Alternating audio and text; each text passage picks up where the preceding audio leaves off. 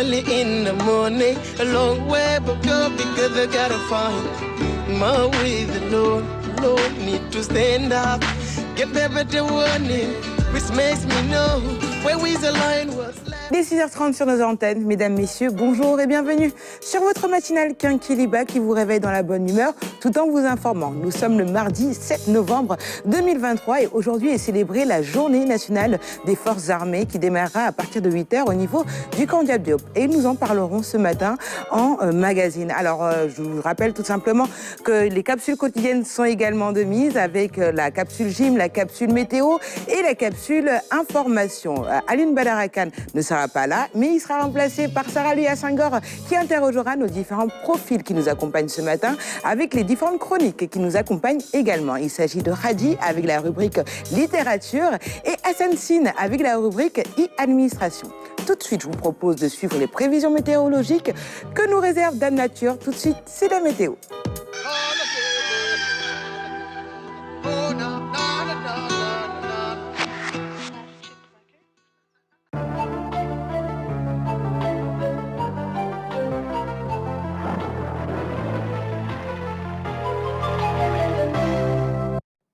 Mesdames et messieurs, bonjour et bienvenue. La NACIM a annoncé une houle dangereuse, une houle qui va dépasser les 2,5 mètres et atteindre pratiquement 3 mètres de hauteur sur la Grande Côte, l'axe Dakar-Saint-Louis, mais aussi sur la petite côte entre Mbour et les îles Sine Saloum, allant vers le large. Une houle qui a débuté depuis avant-hier, dimanche nuit, et qui se maintient jusqu'à pratiquement demain, mercredi 8 novembre à 12h. Donc, c'est les côtes sénégalaises qui sont en alerte due à une houle dangereuse. Donc, nous recommandons aux marins pêcheurs de rester vigilants face à ces conditions d'alerte. Sur le reste de l'actualité, c'est un temps qui fera chaud, il fera excessivement chaud, mesdames et messieurs. Une chaleur qui sera accompagnée d'un temps ensoleillé, très peu de nuages qui vont couvrir le ciel au courant de la journée. D'ailleurs, sur les prévisions de la journée d'aujourd'hui, on va retrouver un soleil qui sera prédominant. Donc, beaucoup de soleil, moins de nuages sur l'ensemble du territoire sénégalais. Des vents de secteur nord-est qui vont nous ramener une forte tension de chaleur, mesdames et messieurs. 40 voire 43 degrés Celsius sur une bonne partie du pays, notamment au niveau des localités nord, est et centre du pays, où les températures seront excessivement élevées pour la période. Des températures relativement basses de 36 à 37 degrés Celsius vers la Casamance. 34 au niveau de la capitale sénégalaise, un temps qui sera un peu plus clément, mais qui restera chaud tout de même, mais relativement clément par rapport à l'intérieur du pays où il fera excessivement chaud au courant de la journée de ce mardi. Donc le pic sera noté à Louga avec 43 degrés Celsius.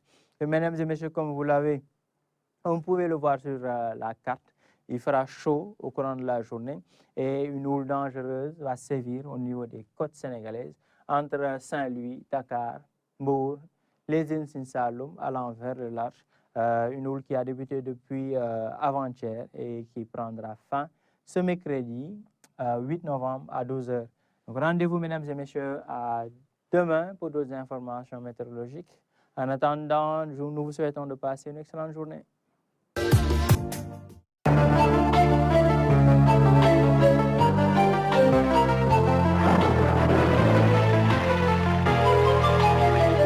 C'était le bulletin météo proposé par nos partenaires de la NACIM. Nous sommes en direct sur la Une, mais également sur nos différentes plateformes digitales, les pages Facebook RTS et également Kinkiliba. Nous sommes également en direct sur l'application RTS que vous pouvez télécharger. Alors, je vais accueillir l'équipe du jour qui m'accompagne ce matin, Sarah Louis Senghor, Hassan Sine et également nos invités du jour. Sans plus tarder, je vous propose, en attendant qu'ils s'installent, de suivre le bulletin de gymnastique avec nos coachs Tandara et nos coachs Bou. Tout de suite, c'est la gym.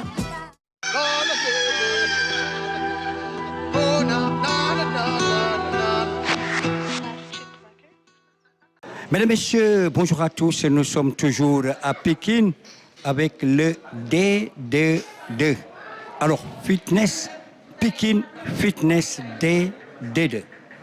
Mesdames et messieurs, vous avez vu hier avec le cardio du lundi et aujourd'hui, toujours avec le coach Neymar qui va diriger. Ce sera le Body Attack. Alors, dans ce body attack, mesdames et messieurs, il y aura le body combat et autres, puisque vous allez voir eh bien, des mouvements auxquels certains parmi nos téléspectateurs sont habitués. Alors, tout ceci, mesdames et messieurs, pour préparer évidemment cardiaquement vos muscles, le cœur et votre muscle, mais pour préparer aussi les articulations. Alors, mesdames et messieurs, ceci, encore une fois, c'est toujours la bonne santé puisqu'il y a la bonne oxygénation. On va prendre beaucoup d'oxygène, on va bien respirer. Coach Neymar comme hier.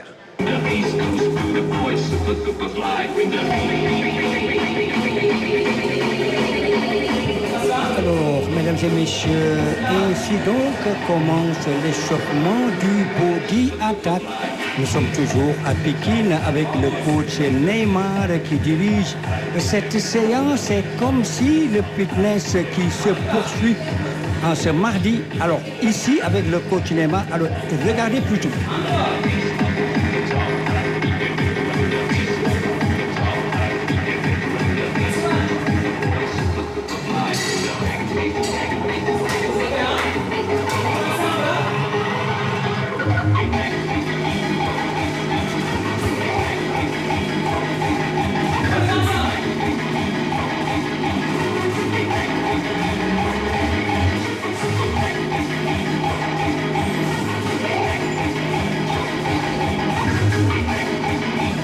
Alors, regardez, mesdames et messieurs, ces très belles fentes avec le groupe. Ici, on va faire le replacement et ça va se poursuivre.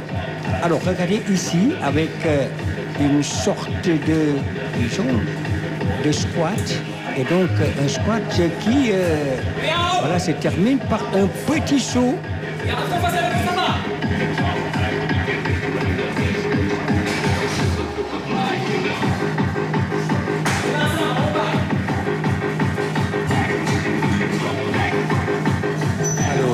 Toujours dans le cadre de ce body attack, mesdames et messieurs.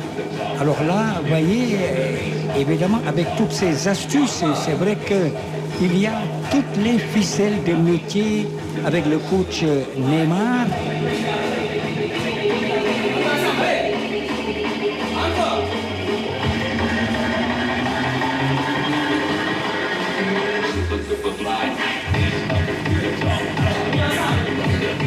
Allez, on va slalomer encore une fois. Alors regardez, avec ces mouvements, évidemment, c'est pas là.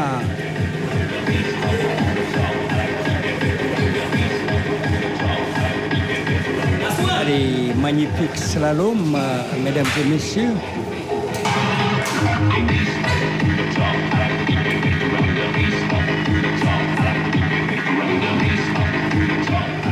Alors, un magnifique travail pour le soleil. Regardez ici, évidemment, avec ce saut périlleux. Et là, véritablement, mesdames et messieurs, ça va toucher un tout petit peu ces articulations.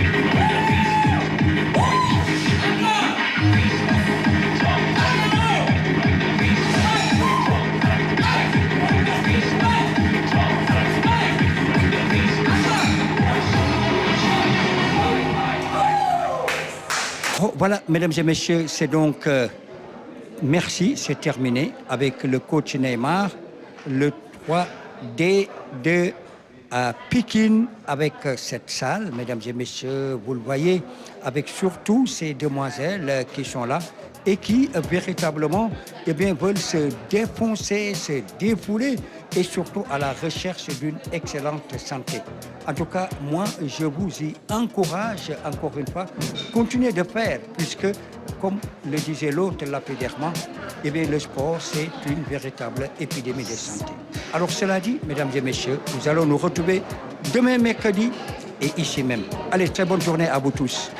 Très bonne journée à vous également, coach Tandara, et également coach Neymar. Il a proposé ce matin du fitness avec du squat pour les dames. Sarah, bonjour. Bonjour. On va pas aller à la salle de Pékin pour faire un peu de squat.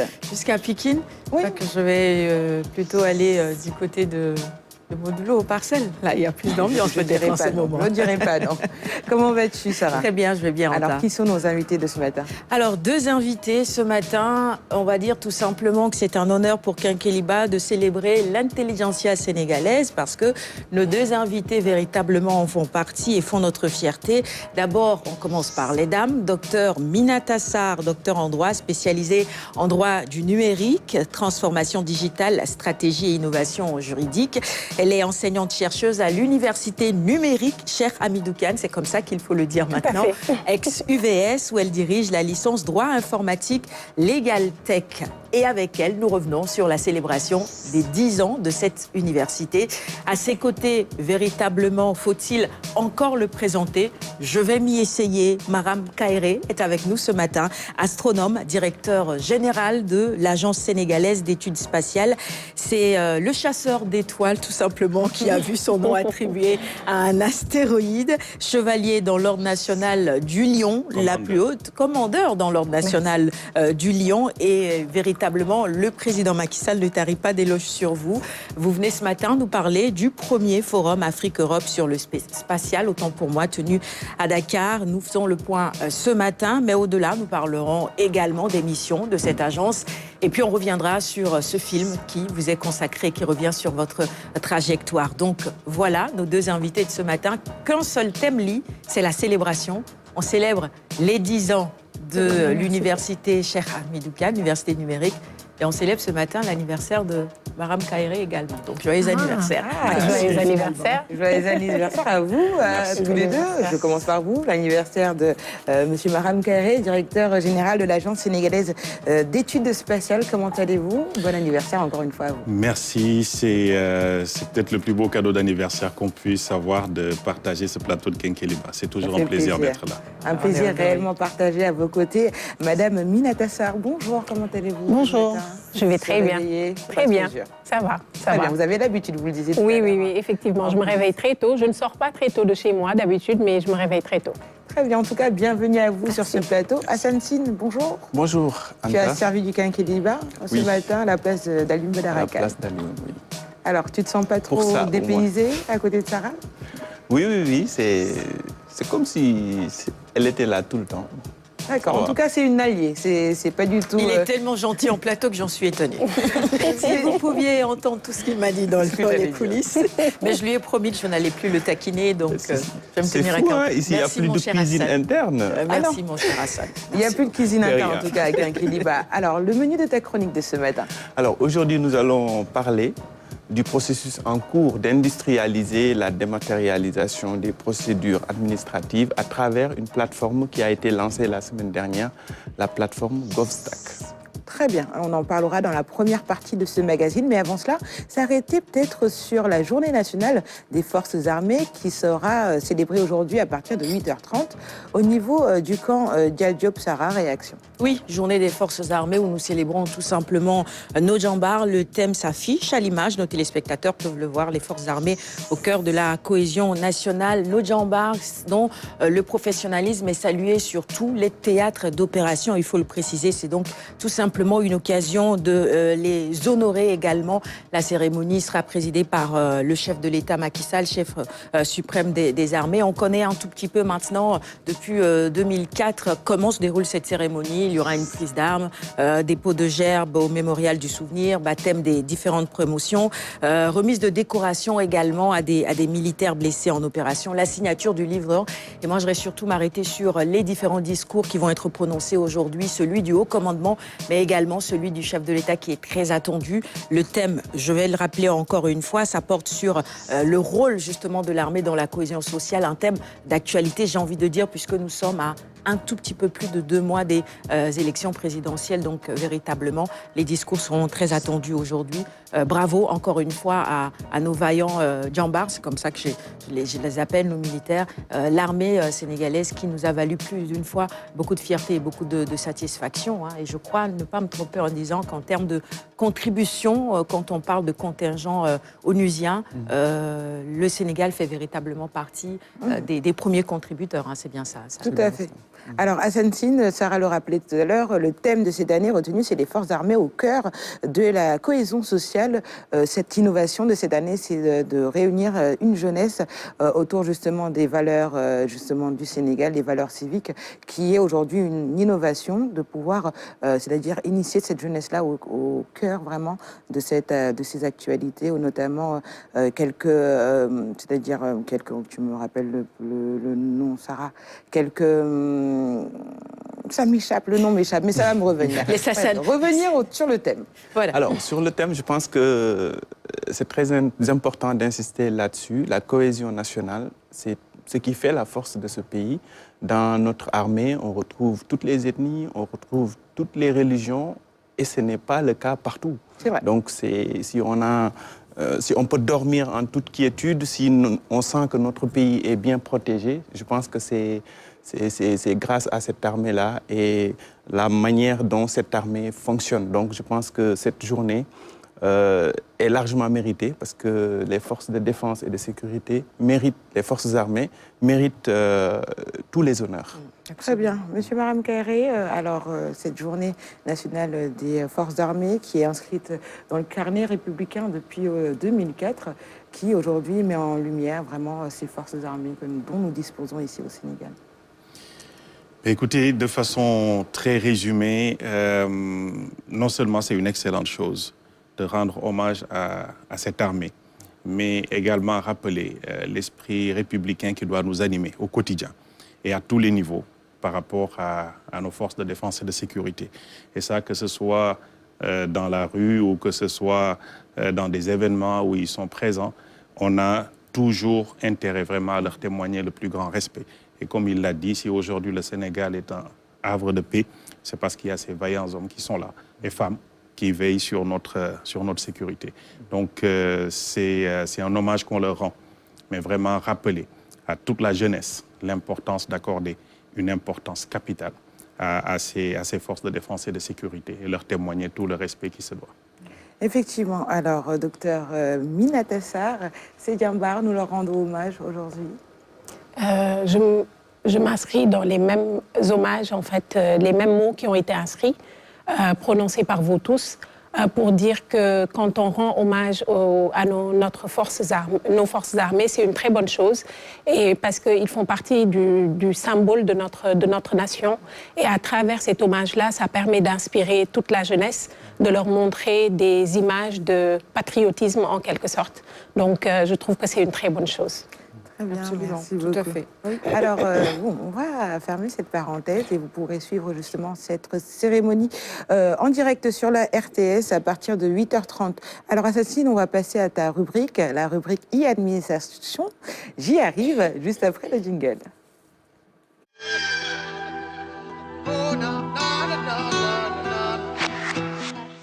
Assansine, arrête de taquiner un peu les femmes sur le plateau. Tu vois, c'est ce que je disais ce matin. Alors, tu attends qu'on fasse passer le jingle, que tu puisses me taquiner? Tu n'as pas retrouvé le mot que tu cherchais tout à l'heure. Les téléspectateurs ne m'ont entendu rien dire. Sarah mais nous si, et moi si, décidément. Alors, on va passer à ta chronique, Assansine, et tu en parlais tout à l'heure. Alors, ce matin, tu nous parles tout simplement des priorités et des défis de la transformation du numérique des services gouvernementaux au Sénégal, qui était entre autres thématique du menu de l'atelier GovStack. C'est un mot anglais-allemand? Anglais-allemand. Gov, donc Gov, je pense que c'est anglais. C'est anglais. Très bien, qui veut dire? Ali Badraka n'est pas là. Je n'ai pas retenu. Mais on a Maram Kairé qui est là. Exact. GovStack, comment on pourrait traduire stack? Pour une fois, je resterai sur le domaine. Très bien. Alors, je n'ai pas eu la curiosité de traduire le mot, de demander ce que ça signifiait. Mais en tout cas, je sais que le Gov, c'est government. Okay. Donc, il s'agit là de mettre en place une plateforme qui permet en tout cas de faciliter la dématérialisation des procédures administratives et de digitaliser de manière générale les services publics.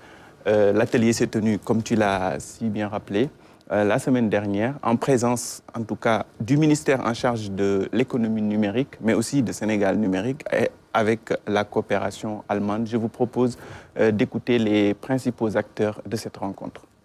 Nous pourrons nouer un partenariat sincère avec ceux-là qui ont mis en place GovStack et vraiment essayer d'implémenter la solution au niveau du Sénégal, ce qui va accélérer le processus de digitalisation de l'administration. Et à ce niveau-là, beaucoup d'efforts ont été faits en matière d'infrastructures numériques, donc des data centers, de la fibre optique partout sur le territoire national, mais également des services de proximité disponibles pour les populations à travers les espaces Sénégal Service.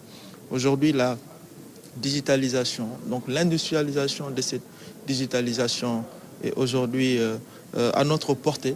Et grâce à cet atelier, nous comptons vraiment avoir des résultats probants dans les semaines à venir, dans les mois à venir, dans les années à venir, pour vraiment que l'ensemble des secteurs du secteur public soit digitalisé. C'est clair, la digitalisation et la numérisation des services, c'est une tâche transversale, non seulement pour le Sénégal, mais aussi pour l'Allemagne. C'est pour cette raison que la numérisation est aussi une tâche transversale dans notre engagement. Le GovStack, c'est une boîte à outils qui va être utilisée par nous, mais aussi par le secteur privé pour dématérialiser les presque 800 procédures administratives. Toutes ces données-là que nous avons, on les a de façon éparpillée au niveau de l'administration. Avec GovStack, on aura une plateforme, une seule plateforme unique, à l'image de ce que déjà fait Sénégal Numérique avec la plateforme Sénégal Service, mais également de s'assurer du partage d'informations, du partage des données dans des règles bien définies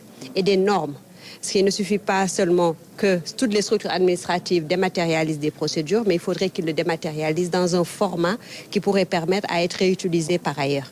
Donc c'est pourquoi cette plateforme-là, si elle est utilisée, parce que c'est l'objectif de cet atelier aujourd'hui, de voir dans quelle mesure cette plateforme-là, le GovStack, pourrait aider le Sénégal à mieux industrialiser, mieux accélérer la digitalisation pour un partage des données pour les citoyens. Parce que ce que nous faisons là, c'est pour les citoyens, pour que les citoyens puissent accéder plus rapidement aux services de l'État à travers le numérique. Alors, on l'a entendu un peu dans ton extrait, GovStack, finalement, c'est une boîte à outils. On a pu faire un peu de recherche, hein, n'est-ce pas, Sarah? Google, ça aide beaucoup. On a découvert que ça veut dire tout simplement regrouper, parce que je ne veux pas faire du mot pour mot, mais regrouper. Donc, finalement, peut-être, c'est des services, c'est ça qui assembler tous les outils qui permettent d'aller très rapidement dans la digitalisation de l'administration, du secteur public, et notamment de ces procédures.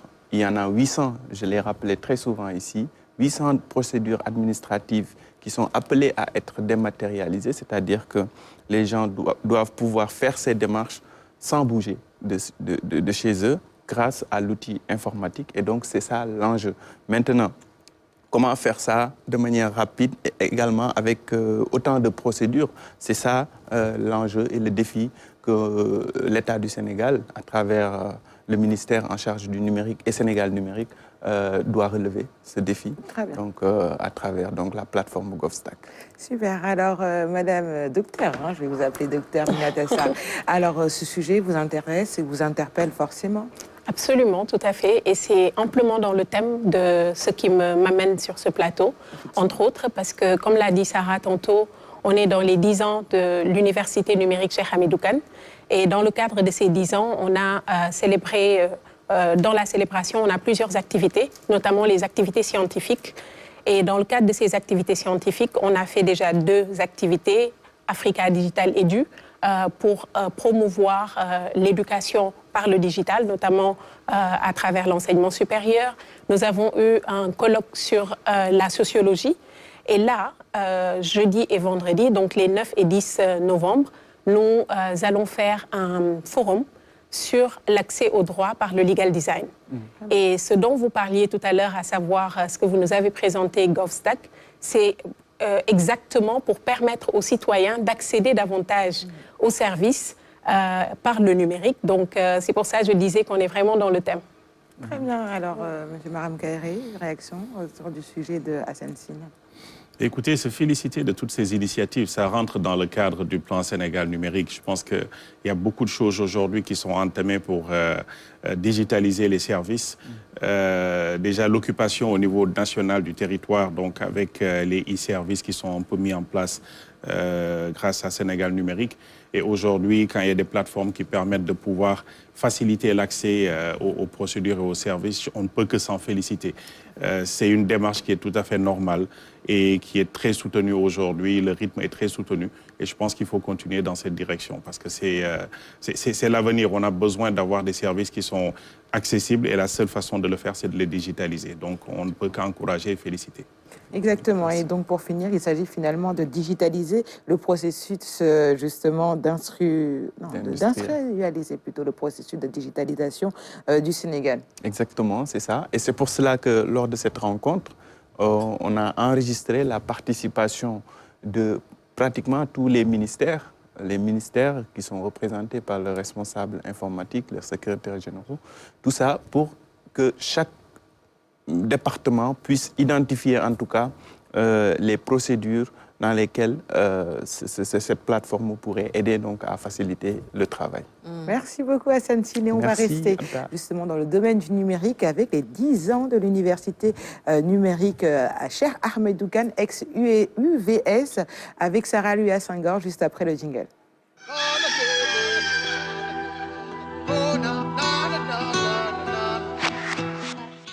Sarah, je vous laisse dérouler. Oui, et pour parler justement de cette célébration, docteur Mina Tassar, docteur enseignante, chercheuse, c'est comme ça. Je crois qu'il n'y a pas d'inconvénient à ce qu'on ajoute justement de la féminisation à tout ça. En tout cas, merci encore une fois d'être sur ce plateau avec nous pour répondre à nos questions. On peut dire que le nom choisi pour cette université tombe plutôt bien parce que Cheikh Ahmedou Kane, c'est l'aventure ambiguë, un peu comme cette aventure ambiguë de l'université virtuelle du Sénégal à ses débuts qui n'était pas véritablement très bien compris par beaucoup de parents, beaucoup de citoyens et même beaucoup d'étudiants aussi. 10 ans après, quel bilan est-ce que vous faites? Est-ce qu'aujourd'hui, le projet est véritablement parti sur comment j'allais dire, sur une belle lancée, j'allais dire. Et aujourd'hui, les gens ont-ils mieux compris comment est-ce qu'il fallait faire, comment est-ce que ça fonctionnait? Les gens ont-ils adopté justement cette façon d'apprendre autrement finalement? Tout à fait. Alors, merci beaucoup déjà pour l'invitation, vraiment. Et par rapport à l'université numérique Cheikh Ahmedou Kane, nous avons passé 10 ans à construire, en fait, à permettre aux populations de comprendre, de s'adapter, de s'habituer à cette nouvelle manière d'apprendre, cette nouvelle manière d'enseigner. Aujourd'hui, avec le cap des 10 ans, on passe dans une nouvelle phase où on est plus reconnu. Même en interne, les gens comprennent mieux le fonctionnement et on est dans un défi de massification et en même temps dans un défi de renforcement de la qualité de ce que nous faisons, dans un défi d'atteindre un plus large public. Ce n'est pas pour rien aujourd'hui que l'université numérique Cheikh Ahmedou Kane est la deuxième université du Sénégal. Donc c'est vous dire que... En termes d'effectifs? En termes d'effectifs. En termes d'effectifs, on est à plus de 60 000 étudiants. Donc, on est la deuxième université du Sénégal derrière l'université Cheikh Anta Diop. Quand on a à peu près 70 000, c'est ça, étudiants, on a eu l'occasion de recevoir plusieurs responsables de l'ex-UVS, il faut dire université numérique Cheikh Ahmedou Kane maintenant. Mais j'aimerais quand même qu'on rappelle cela à nos téléspectateurs. Comment est-ce que vous arrivez à organiser les cours? Comment les filières sont organisées? Les étudiants, autant pour moi, comment vous arrivez à les maintenir dans le rythme de l'enseignement, même si on n'est pas dans le présentiel constamment? Effectivement, c'est très intéressant comme question parce que dans l'université numérique, on a 85%, plus de 85% des enseignements aujourd'hui qui sont faits à distance. Donc c'est très important en fait de pouvoir aider les apprenants qui viennent sur nos plateformes parce que ce n'est pas forcément des étudiants, il y a des professionnels également qui viennent et d'aider ces apprenants-là à bien comprendre comment cela fonctionne.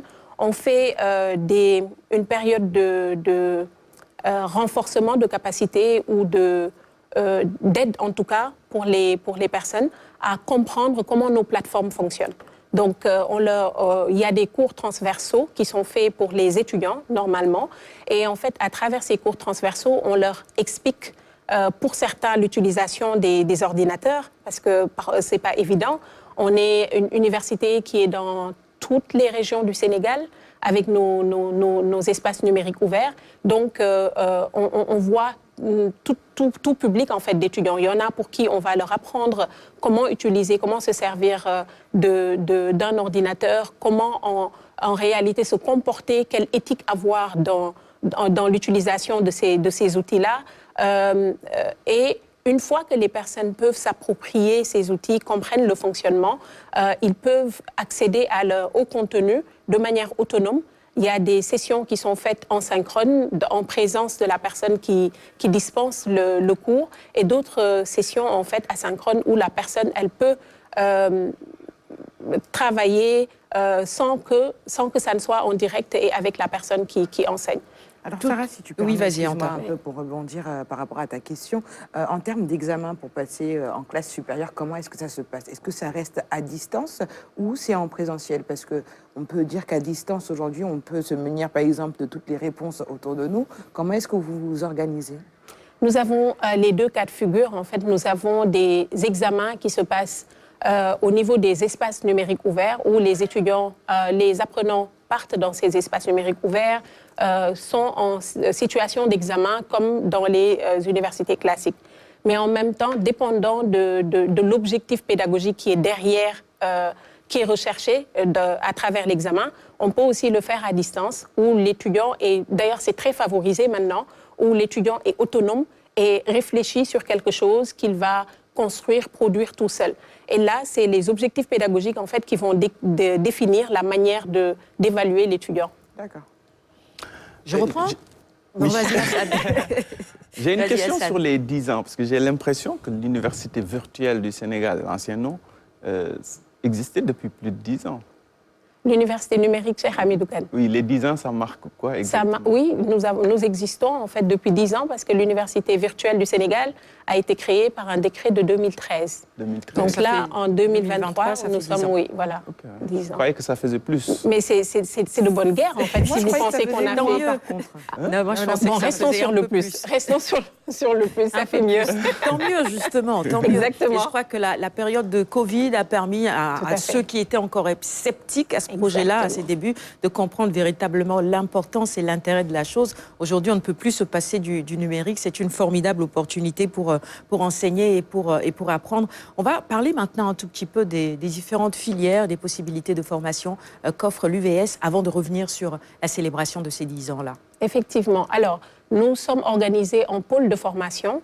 Nous avons un pôle qu'on appelle le pôle CEJA, pôle sciences économiques, juridiques et de l'administration. Un autre pôle qu'on appelle le pôle LSHE, pôle lettres et sciences humaines et de l'éducation, et le pôle STN, qui est le pôle sciences techniques et numériques. Ces trois pôles ont également un quatrième pôle qui est commun à tous, c'est le pôle de recherche, pôle d'expertise et d'innovation, qui est dédié à la recherche et l'innovation dans le numérique. Donc on est organisé en pôle de formation, comme je le disais. Et au sein de ces pôles-là, nous avons différents types de formations. Dans le pôle CEJA où je suis, par exemple, on a les filières classiques comme les sciences juridiques, nous avons l'administration économique et sociale, la gestion, l'économie et la filière Legal Tech, par exemple, que je dirige, qui est une filière innovante, en fait, et qui s'inscrit vraiment dans la mission de l'université numérique Cheikh Hamidou Kane qui propose des formations qui promeuvent le numérique et en même temps qui sont innovantes. Alors, 10 ans, ça se fête bien évidemment. Alors, quel est le programme pour permettre aux uns et aux autres de pouvoir célébrer cet anniversaire avec vous? Est-ce que ce sera à distance ou bien Pas mal, Sarah. Il y aura du présentiel, j'imagine. Oui. Nous avons ce slogan qui est « Fo nek fofula ».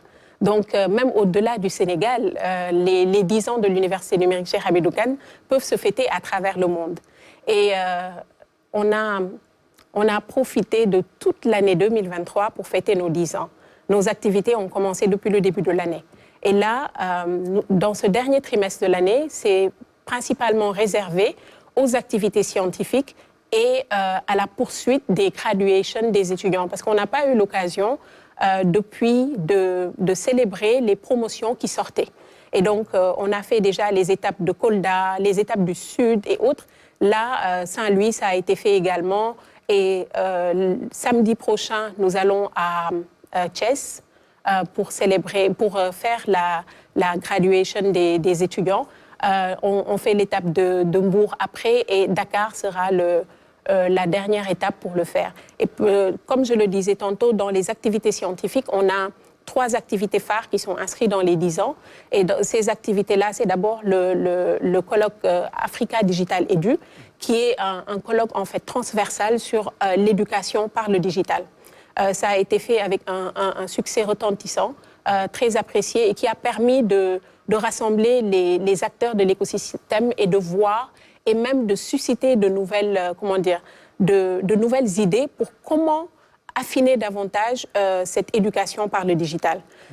S'en est suivi le colloque sur la sociologie qui a été organisé par le pôle LSHE au sein de l'université numérique Cheikh Hamidou Kane et qui a également connu un grand succès parce que ça a été organisé avec les autres universités sœurs sénégalaises.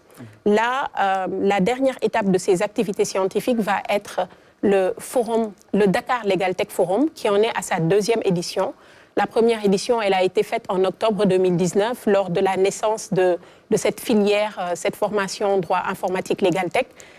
Et aujourd'hui, on a souhaité faire cette 2e édition une fois qu'on a formé des étudiants et que ces étudiants puissent sortir. Donc, c'est une activité très importante dans ces 10 ans parce que on se rappelle que quand cette formation, elle naissait, comme toute nouvelle chose, j'allais dire, ça a suscité beaucoup d'inquiétudes, même auprès des étudiants qui, déjà, en allant à l'université numérique, on leur dit université des vies sacrifiées pour certains, pour UVS. Là, dans cette formation droit informatique Legal Tech, ils se sont entendus dire, c'est hybride, vous ne savez pas, vous n'allez être ni informaticien, ni juriste et autres. Donc, en suivant, en ayant cette foi en ce qu'ils faisaient, ces étudiants qui sortent aujourd'hui, les 2 premières promotions en tout cas, vont être célébrées dans le cadre de ce forum.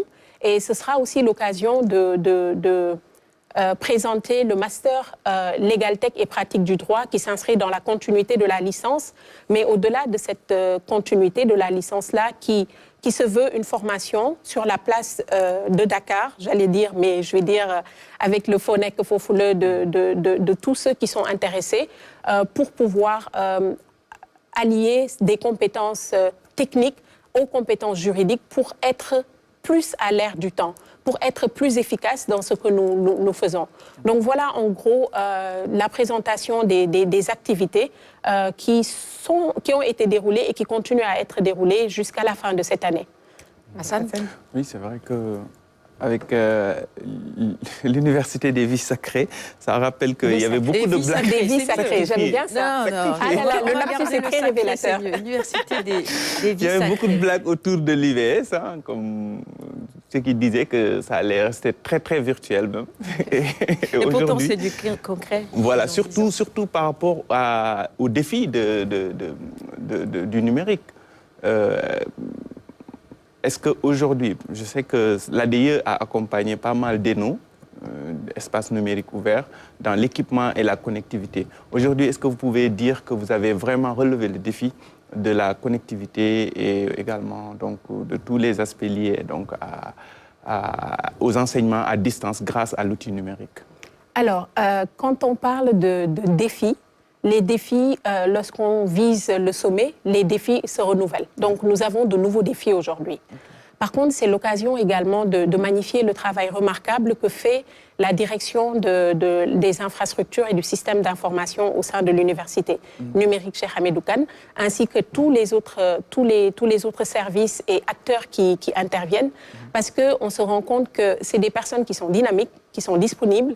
Et à chaque fois qu'il y a un besoin exprimé, nous innovons ce que nous savons faire et ce que nous apprenons tout le temps à faire pour pouvoir permettre une meilleure connectivité, pour pouvoir permettre une meilleure résilience de nos plateformes, pour permettre en tout cas de prendre en charge tous les défis qui se posent à nous. Mais des défis, il y en aura encore et d'ailleurs c'est heureux pour qu'on puisse innover davantage. Il parlait d'Eno tout à l'heure, il y en a combien aujourd'hui? Alors aujourd'hui, si je ne me trompe pas, nous avons 17 espaces numériques ouverts qui existent, mais ce n'est pas tout parce que je pense qu'on devait en avoir un peu plus de 40.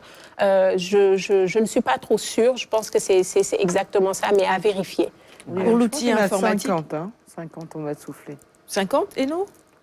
Normalement, chaque département. Je devrais avoir normalement, en principe. Il est prévu 50, il est prévu 50, effectivement. Ceux qui sont fonctionnels actuellement, je pense que c'est 17, oui, c'est ça, c'est 17 qui sont fonctionnels. Et pour les équipements, bon, véritablement, il faut un ordinateur et tout ça. Je sais que l'université accompagne beaucoup les étudiants. Absolument, absolument. Quand les étudiants sont orientés à l'université numérique Cheikh Hamidou Kane, ils reçoivent un kit d'entrée. Et dans ce kit-là, ils ont un ordinateur, ils ont une puce avec de la connexion Internet qui est renouvelée tous les mois notamment et qui leur permettent d'avoir les outils de travail pour pouvoir suivre normalement ces formations. Mais vous êtes accompagné par la Sénégal numérique? Nous avons des partenariats avec plusieurs acteurs qui sont des acteurs institutionnels, des acteurs privés. Et tout ceci, en fait, aide dans la prise en charge optimale des besoins de nos étudiants et de la recherche également pour nous, enseignants, par exemple, au sein de l'université. Donc, Sénégal numérique en fait partie, mais nous avons également d'autres partenaires. On va peut-être terminer justement sur les partenariats avec les autres universités de Dakar, mais également au-delà. Oui. Le modèle sénégalais est-il copié par d'autres pays africains? Tout à fait. Nous recevons beaucoup d'universités, beaucoup d'universitaires, d'enseignants qui viennent visiter le Sénégal pour faire un peu de recueil de bonnes pratiques. Nous avons un partenariat notamment avec l'université virtuelle de la Côte d'Ivoire, les autres universités virtuelles qui viennent voir ce que nous faisons et avec qui nous avons des partenariats pour justement permettre à l'enseignement à distance et à l'éducation par le numérique d'être beaucoup plus vulgarisé et normalisé parce que le numérique aujourd'hui est le monde dans lequel nous vivons et ce n'est pas près de partir, donc autant se l'approprier et puis être dedans. Donc je pense que l'université numérique a un long chemin devant lui et voilà, un très bel avenir, je l'espère. Le taux de réussite? Le taux de réussite et d'insertion aussi. Hein. Alors, je n'ai pas les chiffres exacts sur le taux de réussite, donc je préfère ne pas m'avancer là-dessus. Par rapport à l'insertion, c'est quelque chose qui m'interpelle personnellement, parce que lorsqu'on préparait, par exemple, la maquette du master Legal Tech et pratique du droit, on avait identifié le semestre 4, le dernier semestre, pour ne permettre aux étudiants de faire qu'une chose, se préparer à s'insérer justement dans le monde professionnel. Donc, il n'est pas prévu de cours ni quoi que ce soit, mais plutôt des séances de coaching en lien avec leur projet professionnel. Qu'est-ce qu'ils veulent? Est-ce qu'ils veulent être des entrepreneurs? Est-ce qu'ils veulent être des salariés? Est-ce qu'ils veulent être des consultants? Et dépendant, voilà, des astronautes. Ils ont des modèles extraordinaires en plus. Donc, dépendant de ce qu'ils veulent faire, on les accompagne en renforçant leurs capacités, pas techniques uniquement, mais des capacités que j'appelle les compétences humaines pour leur permettre de s'insérer facilement. Et voilà, donc pour l'insertion, je peux donner cet exemple-là et je sais qu'on a un incubateur au sein de l'université et beaucoup d'innovations, notamment avec le programme Force N qui est dans le cadre des partenariats que nous faisons. On a beaucoup d'initiatives de ce genre qui aident dans l'insertion. Alors, Monsieur Maram Kaye, je vous vois hocher la tête en validant ce que Dr Minata Sarr vient de dire. Réaction par rapport aux 10 ans de l'université numérique Cheikh Hamidou Kane qui sera célébrée sous peu. Mais écoutez, très content, très heureux de voir que l'université a tenu ces 10 années. Nous sommes très sensibles à la question parce que nous étions là au niveau du ministère de l'Enseignement supérieur comme conseiller technique entre 2015 et 2019. donc au moment où l'université était en train de décoller vraiment. Donc nous sommes témoins des efforts qui ont été fournis pour arriver à maintenir donc le cap par rapport aux ambitions de cette université. Deuxièmement, dire que les obstacles ont été très nombreux, surtout dans la partie communication où beaucoup n'ont pas compris réellement l'utilité de cette université. Et aujourd'hui qu'on puisse célébrer les 10 ans, ça veut dire que la bataille a été vraiment bien menée. Et c'est le lieu de féliciter le coordinateur, le professeur Moussalo et toute son équipe par rapport aux efforts qui ont été faits. Le meilleur est à venir, le modèle est fiable, le modèle est viable. Aujourd'hui, c'est ce qui justifie qu'on ait des universités virtuelles qui se créent un peu partout dans la sous-région. C'est partie du modèle sénégalais et il faut être fier de cela. Donc, joyeux anniversaire à tous et vraiment nos vœux vous accompagnent pour la réussite dans les années prochaines de l'université numérique Cheikh Ahmadou Kane. Merci. Et vous pourrez toujours compter sur les équipes de la RTS, de la matinale Quinqueliba. Je sais que déjà, à ses débuts, l'UVS, on a eu à recevoir beaucoup de représentants, que ce soit le personnel administratif ou enseignant sur le plateau pour véritablement communiquer et davantage valoriser, encore une fois, tout ce qui se fait au niveau de cette université. Alors, bravo encore une fois. Merci beaucoup. Je crois que j'ai bien fait de parler d'aventure ambiguë, finalement. Joyeux anniversaire encore une fois à l'université Cheikh Ahmadou Kane, ex-UVS. Merci beaucoup d'être passé sur ce plateau. Khady, pour la chronique littérature, prendra votre place. Merci encore une fois et bon courage pour ces 10 ans que vous fêterez. Alors, je vais vous proposer tout de suite de suivre un élément. On revient tout de suite après pour la deuxième partie de la rubrique Invité. On the west coast of Africa, one scientist wants to change the fortunes of his country by looking to the stars. His name is Maram Kairé. Ever since I was a child, I have had a passion for astronomy. And now I'm taking part in a NASA space mission to help solve mysteries about the origins of our solar system. This is very important.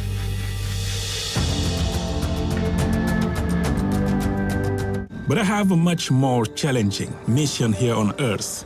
You don't get the data at the right second, you don't get the data ever. Astronomy's deep roots in their culture. Roots that Maram is about to discover go back even further than he realized.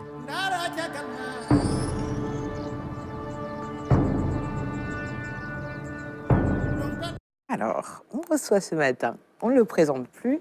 Alors, Maram Kairé, qui est le directeur de l'Agence sénégalaise d'études spatiales. Sarah, je te laisse dérouler. Je pensais que tu allais traduire tout ce qui a été dit en anglais. Sarah, je sais que quand j'ai l'avantage sur Alioune Badara Kane, je lui demande de traduire, mais je ne veux pas de cela.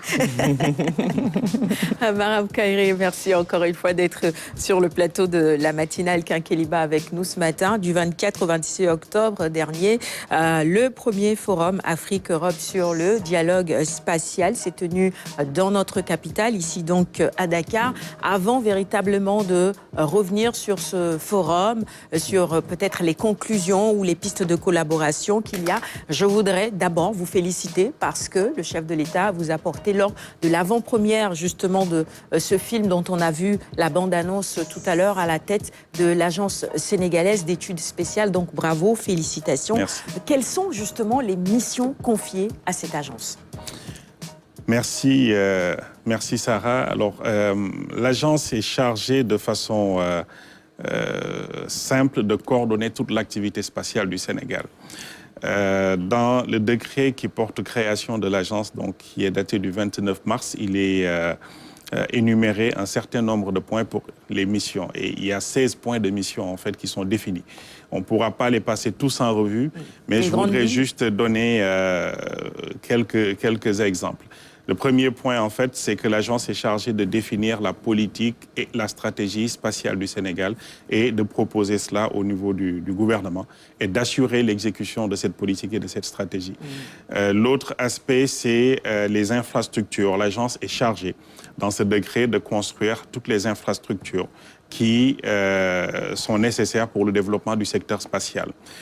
Il y a le volet formation-recherche. L'agence est également chargée de mettre en synergie les institutions de formation et de recherche dans le domaine du spatial pour arriver à créer ce potentiel humain dont on a besoin pour faire décoller ce secteur et faire du Sénégal une nation spatiale.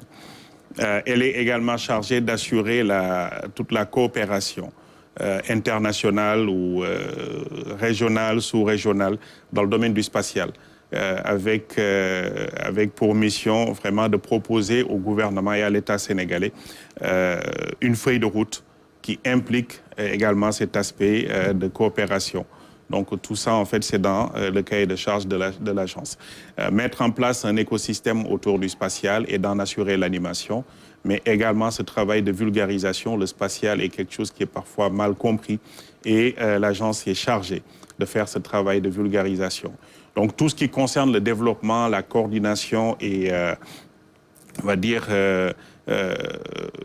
faire du Sénégal une nation spatiale aujourd'hui, c'est sous la responsabilité de l'agence spatiale. Je vais vous relancer sur les 2 derniers points. Vulgarisation, que les gens puissent davantage comprendre cela. Est-ce que derrière Maram Kairé, il y a d'autres personnes qui s'intéressent véritablement au spatial? Est-ce que ça passionne vraiment, ça intéresse véritablement les jeunes Sénégalais? Alors, je vais juste vous donner l'exemple d'un message que j'ai reçu pas plus tard qu'hier pour vous dire en fait que c'est quelque chose qui est extrêmement fréquent. Hier, où j'étais passé dans une boulangerie pour acheter du pain et j'ai vu une dame qui me faisait signe de la main en train de manger avec 2 enfants. Donc, elle se reconnaîtra. Et arrivée à la maison, je vois qu'elle m'envoie un message sur Messenger, donc sur Facebook, pour dire mon enfant rêve d'être astronome. Il avait des questions à vous poser, mais on n'osait pas vous aborder. J'ai dit, mais il fallait le faire parce que c'est ça qui crée ces vocations, en fait. Tout à fait. Nous recevons énormément de messages de parents qui nous disent que les enfants aujourd'hui ne rêvent que d'une seule chose, c'est de travailler dans le spatial ou être des astronomes ou autres. La demande, elle est extrêmement forte au niveau des jeunes générations. Mais au-delà de ça, il y a beaucoup d'étudiants aujourd'hui qui sont dans nos universités, en formation en mathématiques, en informatique ou en physique, qui veulent se spécialiser dans le domaine du spatial. La demande, elle est extrêmement forte également. La formation, est-ce qu'elle est disponible ici? Alors, ça commence à se mettre en place. Il y a des initiatives qui sont lancées tout récemment dans le cadre du projet Scène spatiale qui est fait avec l'ambassade de France. Il y a un master qui est en train d'être développé au niveau de l'université El Hadji Ibrahima Niass du Sine Saloum. C'est de la géomatique, mais on fait tout vraiment pour entrer de plus en plus dans les sciences spatiales de façon globale. Et nous espérons aujourd'hui, avec les partenariats qui se dessinent déjà avec l'ASES, avec l'Agence spatiale, pouvoir démarrer des formations dans ce domaine dans nos universités à partir de l'année prochaine. On a eu des discussions extrêmement intéressantes avec l'université Paris-Saclay, qui est la 13e université au monde, mais la première en Europe, et qui a proposé déjà à l'ASES de pouvoir accompagner le développement des formations dans les sciences spatiales au niveau de nos universités. Donc, c'est des choses qui sont en train de se mettre en place et nous allons accentuer vraiment le processus assez rapidement. On termine sur la formation, si tu permets, Anta. Justement, en termes de formation aujourd'hui, ça commence petit à petit, vous l'avez rappelé, mais la base, il faut être littéraire, scientifique, pour véritablement prétendre être astronome. Je tiens à ce qu'on fasse également la précision, astronome, et on ne parle pas d'astronaute. Ni d'astrologue. Ni d'astrologue, parce que véritablement, il y a beaucoup de confusion. C'était en plus ma question. Ah, c'était ta et pour question revenir aussi. sur le métier d'astronome, de quoi s'agit-il concrètement? Alors, les astronomes sont chargés d'étudier l'univers dans sa globalité. C'est une science qui est extrêmement large, multidisciplinaire. Et c'est pour ça d'ailleurs que la question de Sarah elle est pertinente. Quand vous faites de l'astronomie, on peut se spécialiser dans beaucoup de domaines. Il y en a qui sont dans l'astronomie mais qui ne font que de l'optique. C'est-à-dire que leur spécialité, c'est de travailler sur les instruments d'optique qui sont utilisés par les télescopes, les radiotélescopes et autres. D'autres, ils sont spécialisés uniquement dans l'étude, par exemple, des étoiles variables. Il y a des étoiles que nous observons dans l'univers, dans notre galaxie, et qui subissent des variations de luminosité sur des périodes régulières. Et vous allez avoir des astronomes qui sont spécialisés, par exemple, sur les astéroïdes, d'autres sur les occultations stellaires, comme ce que nous faisons ici au Sénégal, et d'autres sur les exoplanètes, chercher d'autres planètes en dehors du système solaire. C'est un métier qui est extrêmement vaste, mais de façon globale maintenant, sur les sciences spatiales, par rapport à la formation, c'est ouvert à tout le monde. Vous avez parlé tout à l'heure avec notre collègue de l'université qui était là. On a parlé tout à l'heure du droit dans le numérique. C'est ça. Aujourd'hui, le droit spatial est quelque chose d'extrêmement prisé, extrêmement important à travers le monde. Donc, un étudiant aujourd'hui qui est en droit peut se retrouver à être dans le spatial parce que tout simplement, il s'est spécialisé en droit spatial. Mais est-ce que l'Afrique a compris ou les Africains ont compris véritablement l'intérêt ou l'enjeu du spatial aujourd'hui? Ben écoutez, oui, et ça nous... toutes les priorités aujourd'hui, est-ce qu'on rêve d'espace en Afrique? On rêve d'espace et on a intérêt à rêver d'espace. L'exemple que je donne toujours et qui peut se vérifier, c'est qu'aujourd'hui, c'est les pays qui ont misé sur le spatial qui sont les mieux avancés dans l'atteinte des objectifs de développement durable. L'Afrique a une priorité aujourd'hui, que ce soit l'agenda 2063 de l'Union africaine, que ce soit les ODD. L'Afrique a une ambition, c'est de se développer et de façon durable. Et aujourd'hui, tous les indicateurs montrent que ces objectifs de développement durable reposent de façon directe ou indirecte sur le spatial. Si vous prenez l'exemple de ce forum qui s'est tenu, certainement sur lequel on va revenir tout à l'heure, il est clairement montré en fait que en l'espace de 20 ans, l'Afrique a subi un décollage incroyable dans le domaine du spatial. Il y a une 50aine de satellites qui sont lancés depuis ces 20 dernières années par le continent africain. La prise de conscience, elle est faite. Au niveau des autorités, les gens ont réussi vraiment à comprendre l'importance du spatial. Au niveau des populations, le travail, c'est un travail de longue haleine. Ce n'est pas des choses qui se font du jour au lendemain, mais c'est un travail de communication. Et c'est pour ça que aujourd'hui, des opportunités comme être sur Kékéliba, parler du spatial, a son importance, parce que ça va aider à beaucoup de personnes peut-être de comprendre les enjeux. Si vous prenez aujourd'hui un pays quelconque africain, où ils vont vous dire, oui, mais nos priorités, c'est la santé. Mais si vous voulez régler les problèmes de santé dans des espaces qui sont extrêmement éloignés, vous avez intérêt à disposer de connexions, par exemple, par satellite, et de pouvoir faire intervenir le spécialiste qui est à Dakar. Dans un laps de temps, il intervient à Kédougou, là où il aurait fallu peut-être 3 heures de temps pour faire le déplacement. Donc, améliorer la santé des populations africaines, ça passe par l'utilisation aussi du spatial. Pour le volet éducation, on en a parlé, l'exemple de l'université numérique est là. Ce que nous avons pu faire en 2021, en pleine pandémie de la Covid, grâce à cette université et maintenir les enseignements et les apprentissages, c'est grâce à cet aspect virtuel.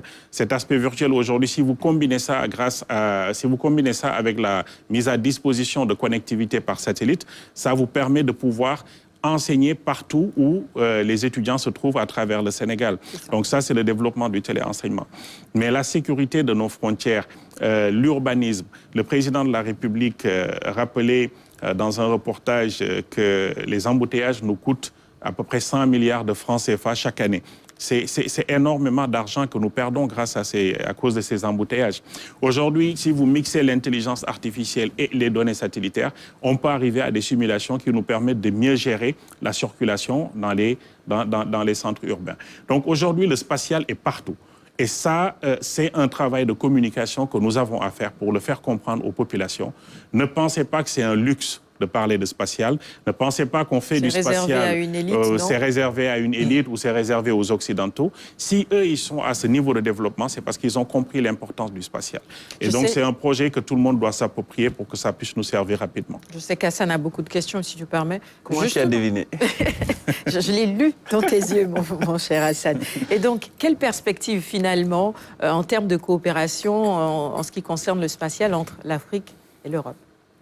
Alors, on a tenu ce forum, ce premier dialogue spatial, et c'est le lieu de féliciter le Sénégal de façon globale d'avoir pu accueillir ce forum. Qu'est-ce qui nous a d'ailleurs valu d'accueillir ce forum très rapidement?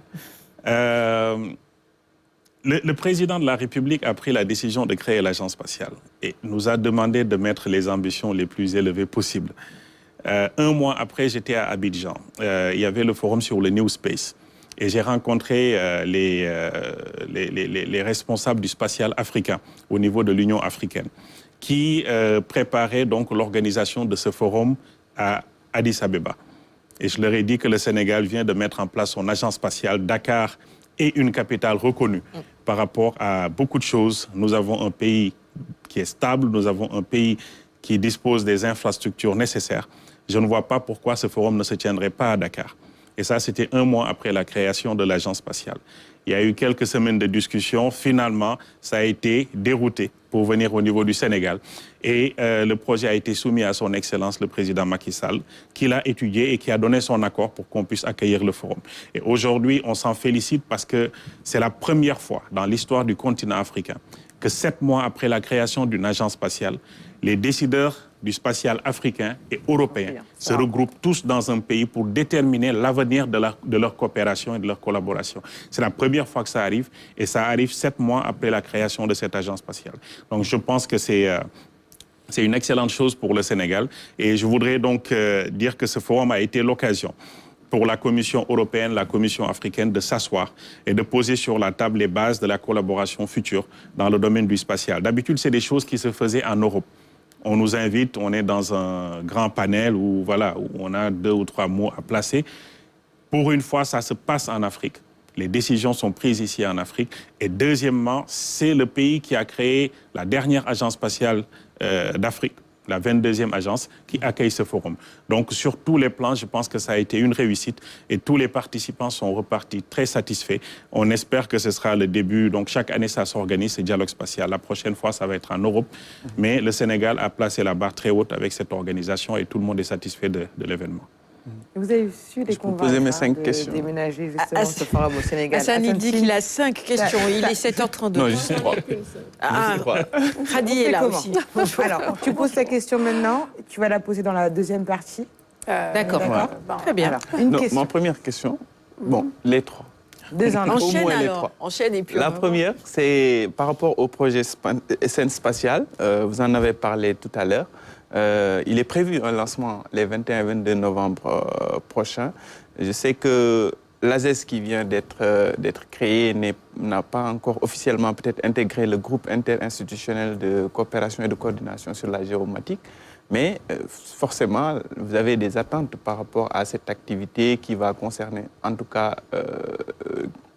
l'usage des données dans les politiques de développement, notamment avec le développement des territoires.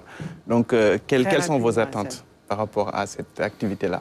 Écoutez, c'est un projet que nous soutenons à 100%. Et dès la création de l'ASES, on a participé à la mise en place du comité de pilotage de ce projet SN Spatial.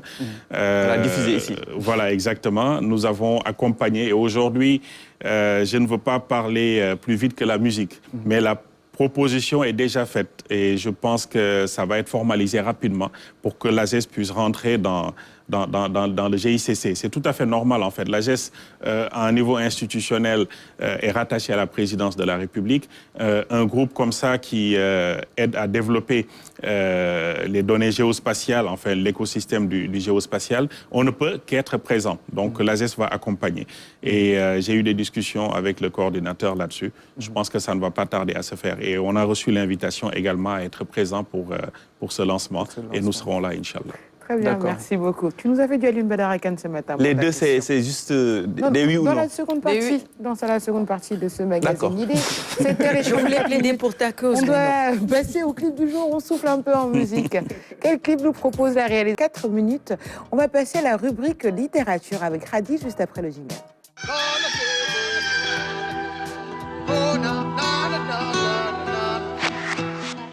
Khadi, bienvenue en plateau, bonjour. Alors, merci, ce matin, tu vas nous parler d'une œuvre, la formation professionnelle d'un pilier, un pilier pour la croissance économique du Sénégal de Alioune Ndiaye. Voilà, alors il est expert en développement international, professeur vacataire à l'UCAD et il travaille au ministère de la formation professionnelle, de l'apprentissage et de l'artisanat. Alors cet ouvrage est un essai de 172 pages qui analyse les programmes existants et leurs limites et il dégage des pistes de solutions. Alors la formation professionnelle donc permet d'acquérir du savoir-faire et elle permet également d'être opérationnelle dans un domaine précis, comme c'est l'exemple des ISEP. Alors, au Sénégal, près de la moitié de la population a moins de 25 ans et 350 000 jeunes donc, sont sur le marché donc, du travail. tous les ans. Alors, des problèmes se posent. On peut se poser donc quelques questions. Est-ce que ces formations sont-elles adéquates? Voilà. Adaptées aussi. Sont-elles adaptées? Est-ce que l'offre correspond à la demande? Est-ce qu'on a une meilleure insertion des jeunes? Aujourd'hui, nous avons une multitude d'écoles de formation. Sont-elles accréditées? Est-ce que la formation professionnelle est-elle coûteuse? Des questions parmi d'autres que l'auteur se pose. Alors, je vous propose de regarder le premier extrait.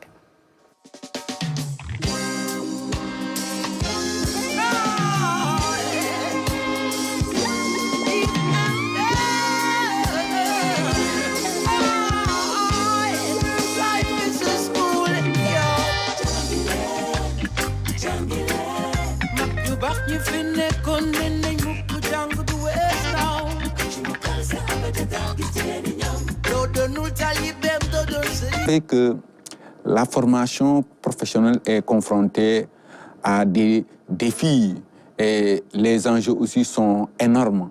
Et j'ai essayé quand même, à travers lecture de ce livre, de mettre en saillie l'ensemble des bonnes pratiques qu'il faudra mobiliser pour essayer de permettre le renouveau de la formation professionnelle.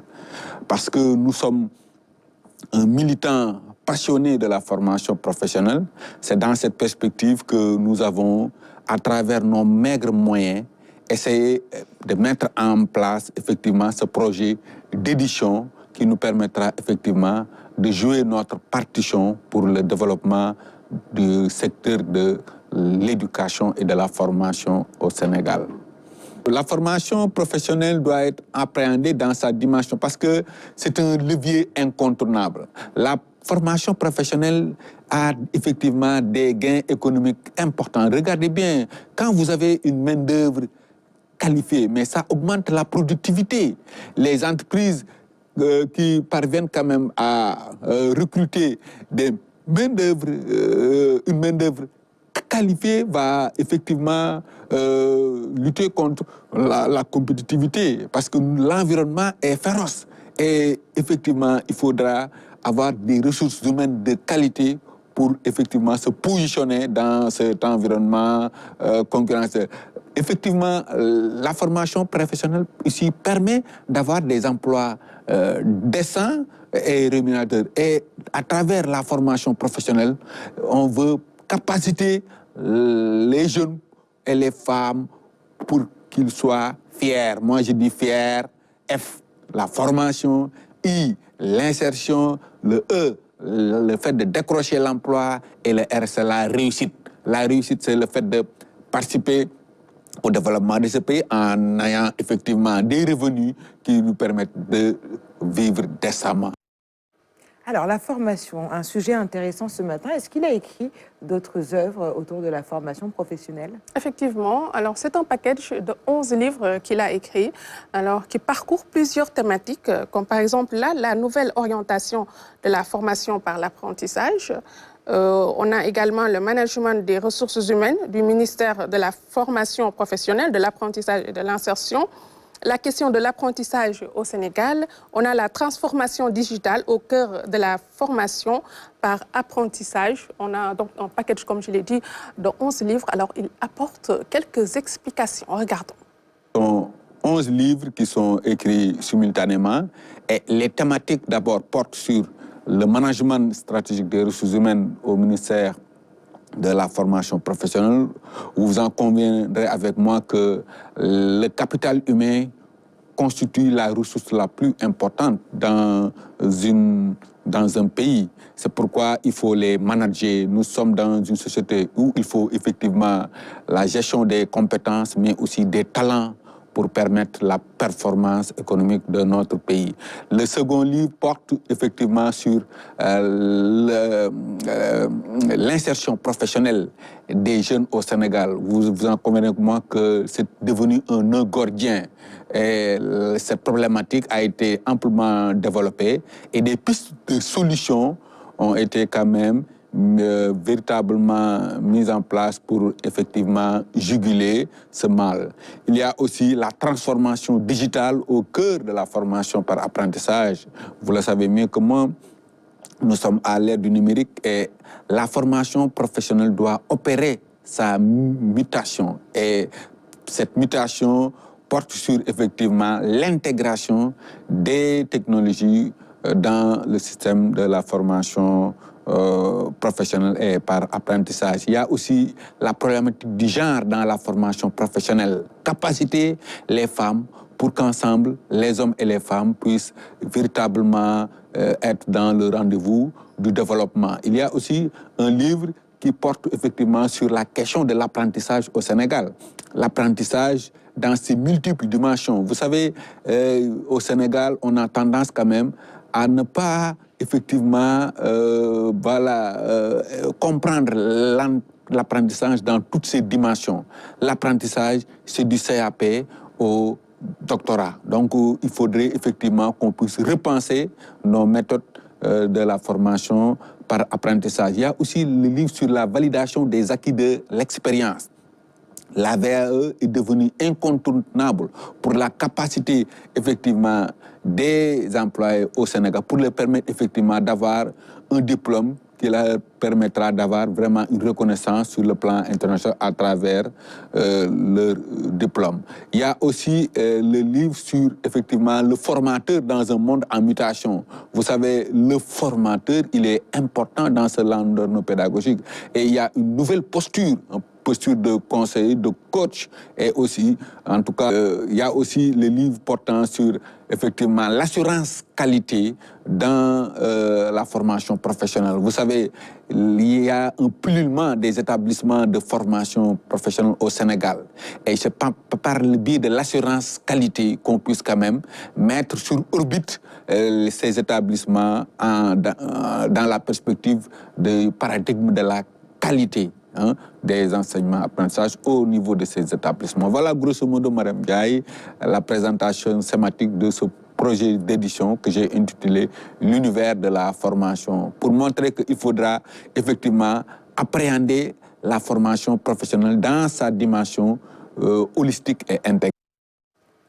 Alors, très intéressant, la formation. Alors, je me retourne vers vous, Monsieur Maram Kairé, par rapport à la formation. Finalement, est-ce quand on détecte peut-être, c'est-à-dire un avantage ou une orientation de l'enfant, par exemple, qui soit intéressé par le numérique, est-ce qu'il est finalement possible, dès le bas âge, de l'orienter vers une formation professionnelle? Écoutez, je pense que la réponse va être simple, c'est oui. Oui, et je pense que c'est ce qui devrait se faire. Ça passe également par une phase qui est extrêmement importante, c'est d'écouter les enfants. Très souvent, on ne prend pas la peine de les accompagner dans ce qu'ils souhaitent faire. Et si on arrive à le détecter assez tôt, je pense qu'il n'y a aucune raison pour que l'enfant ne suive pas sa passion jusqu'au bout. Le reste, c'est l'accompagnement. Et dans l'ordre normal des choses, on va dans un monde qui est de plus en plus professionnalisé, de plus en plus spécialisé. Et il faut arriver à avoir ce processus de détection assez rapide des passions de l'enfant pour ne pas donner l'impression effectivement qu'on perd du temps à faire des choses qui ne nous servent pas demain. Essayer de spécialiser le plus rapidement un enfant qui sait ce qu'il veut faire. Il faut l'accompagner dans sa passion. Merci beaucoup pour ce commentaire. Alors Khady, on va très rapidement continuer avec le mot que tu nous proposes ce matin. Voilà, vous qui cuisinez, mesdames, est-ce que vous savez comment on appelle en français notre célèbre pagne qu'on utilise une palourde. Une palourde. Alors, merci de nous définir la palourde. Même si je ne suis pas très fan. Vas-y, Khady. Voilà, donc exactement, c'est une palourde pérélis en latin et en grec. Donc, ce sont des mollusques, voilà, tout simplement. Très bien. Merci d'avoir sauvé l'honneur, Sarah. Nouvelle parution. Nouvelle parution qui s'intitule L'enfant qui devait mourir. Et c'est signé Sambagnan, paru aux éditions Harmattan Sénégal. On a un événement littéraire. Lequel c'est? Voilà, 31e édition de la Journée internationale de l'écrivain africain qui se déroule du 7 actuellement au 11 novembre à la Maison des écrivains qui se situe au point E. Le thème, littérature et émigration, pays invité d'honneur, la République du Togo. la marraine Marietou Mbaye et l'invité d'honneur, grand serigne de Dakar, Abdoulaye Makhtar Diop. C'est ce matin, c'est ça? C'est ce matin. C'est ça, à la Maison des Écrivains. Voilà, exactement. Bonne fête. Finalement, aujourd'hui, c'est jour de célébration partout, finalement. J'ai l'impression. On célèbre les forces armées, les écrivains, l'UVS, l'anniversaire de Baol Kairé, décidément. Alors, je te laisse reposer une question ou deux.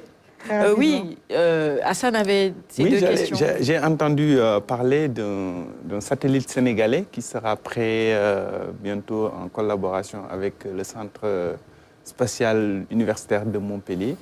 Qu'en est-il? C'était ma question aussi. Quand le premier satellite? Écoutez, le projet avance et normalement le satellite devrait être réceptionné ce mois de novembre. Mais j'attire l'attention, réceptionner ne veut pas dire lancer. Parce que dans la communication, il y a eu pas mal de confusion. À un moment donné, les gens ont dit que le Sénégal lance son premier satellite en novembre. Il s'agit de réceptionner. Il y a toute la phase de construction. Et quand le satellite passe les tests qui sont nécessaires pour pouvoir être habilité à aller dans l'espace, c'est ce qu'on appelle la phase de réception. Après, la programmation du vol, c'est autre chose.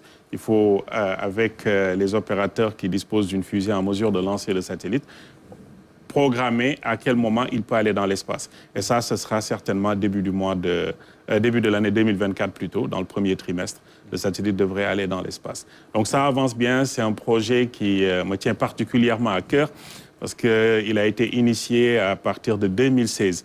En tant que conseiller technique au MESRI, on avait initié ce projet. Malheureusement, il y a eu du retard avec la période de Covid. Mais aujourd'hui, il est repris au niveau du MESRI et ça continue. Donc, on arrive à sa finalisation. C'est quelque chose qui est bénéfique pour le Sénégal. C'est un premier test. C'est un petit satellite, c'est un CubeSat. Donc, c'est des petites boîtes qui font à peu près 1,5 kg et ça tient dans le creux d'une main. Mais réussir ce premier pas, c'est important. Ça montre qu'on a la possibilité de le faire. Et aujourd'hui, avec l'ASES, l'objectif, c'est que le prochain satellite qui soit construit ici au niveau du Sénégal, mais pas à l'extérieur. On est persuadé que la meilleure façon de faire dans ce type de projet, c'est que le transfert de compétences se fasse au niveau local, ici au niveau national. Donc nous allons travailler à mettre les infrastructures pour que le deuxième satellite soit conçu et lancé par le Sénégal. On est à 3 minutes. Est-ce que Khadi peut... Dernière question. On est à 3 minutes. Donc, Mme Kairé, il va falloir aller peut-être très vite et être très synthétique dans les réponses. Khadi, et ensuite peut-être Hassan, je ne sais pas. Je salue cette agence spatiale qui a été créée. Et vraiment, félicitations à vous pour toutes vos initiatives que vous faites. Alors, l'Europe est en avance, l'Occident est en avance. Mais l'Afrique, où en est-on tout simplement? Ben écoutez, ça va très vite. Ça va très vite. Comme je le disais, une quarantaine de satellites lancés en l'espace de 20 ans. Ça veut dire que le réveil, il est fait au niveau du continent africain. Deuxième chose, nous ne ferons pas la course avec l'Europe parce qu'ils sont très en avance par rapport à ce domaine. 3 choses à retenir. Ne pas avoir de complexe, donc par rapport à l'Afrique, par rapport à l'Europe. Deuxième chose, il faut travailler à ne pas reconstruire la roue. Des choses, les bonnes pratiques, on les récupère. Et troisième chose, la coopération internationale. Et aujourd'hui, si je prends le cas du Sénégal, une chance incroyable, c'est que ces années passées à développer le spatial ont fait que nous ayons déjà la confiance des partenaires. Ce qui justifie la présence par rapport à ce forum. Nous avons la confiance des partenaires, ça veut dire qu'on peut aller très vite dans la mise en œuvre. Est-ce que l'ASES est appelé à jouer un rôle dans l'observation du croissant lunaire au Sénégal? Dernière question. Non. Comme tout à l'heure, c'était des questions-réponses oui, non. Je vais dire non. On fait la part des choses entre le spatial, le développement du spatial et l'observation du croissant. Une association d'astronomie peut aider pour ça, mais l'ASES reste focalisée sur des programmes et des projets spatiaux. Et le film? Très bien. Le film, ça va. Le film, c'est bien de le dire, le film vient de remporter, après son lancement en février, vient de remporter son 3e prix à l'espace de quelques mois.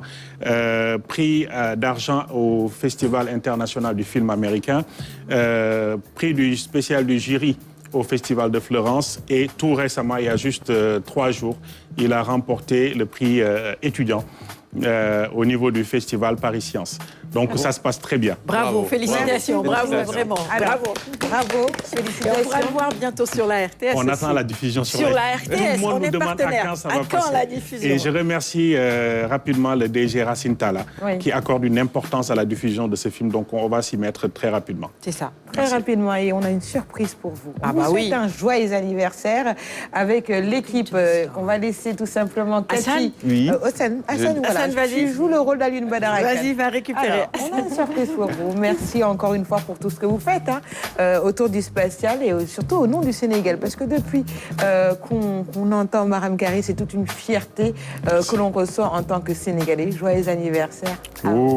Ah bah oui, on a J'étais préparé. gêné d'être venu sans apporter le gâteau. Non, et là, mais c'est- on y a pensé Merci. en coulisses Merci. dans l'équipe. Merci à la réalisation, à la logistique qui nous a aidés. Joyeux anniversaire. Il souffle le gâteau encore. On Bah a oui. soufflé le gâteau. Oui. Nos voeux de paix et de réussite pour tout le Sénégal. Happy birthday.